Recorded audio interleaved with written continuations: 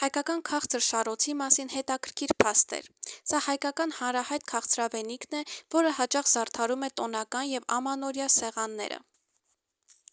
Շարոց կամ քաղցր շուջուխ, ընկույզի միջուկով, ալրով, դոնդողանման թանձր զանգվածով պատած, թելին շարած, չորացրած ընկույզի շարով, համեմունքներով, փափուկ և քաղցր հայկական աղանդեր է։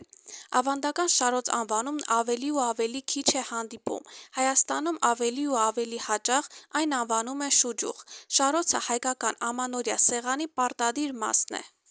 Շարոցը պատրաստում են խաղողի դոշաբից, ալյուրից, ջրից, շաքարավազից, ընկույզից և համեմունքներից։ Ընկույզները մաքրում, կիսում և շարում են թելի վրա։ Խառնուրդը եփում են թույլ կրակի վրա՝ անընդհատ խառնելով։ Դոնդողանման զանգվածի առաջացումից հետո մեջը մի քանի անգամ թաթախում են ընկույզների կապոցները, կրկնում են մի քանի անգամ և կախելով չորացնում են 10-ից 12 օրվա ընթացքում։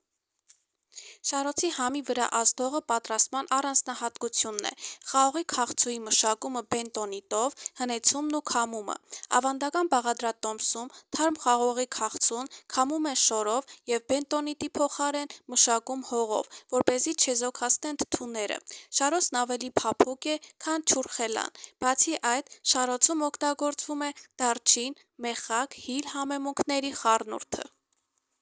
Հայկական խոհանոցի մասին շատ երկար կարող ենք խոսել ու փաստել, որ այն յուրահատուկ է իր ուտեստներով։ Սնունդը կենտրոնական դեր է խաղում հայկական մշակույթում, միավորելով հարազատներին ու ընկերներին հավաքույթների ժամանակ։ Միասին հաց կիսելը նվիրական ավանդույթ է, որը խորհրդանշում է հայկական հյուրասիրությունը և առատաձեռնությունը։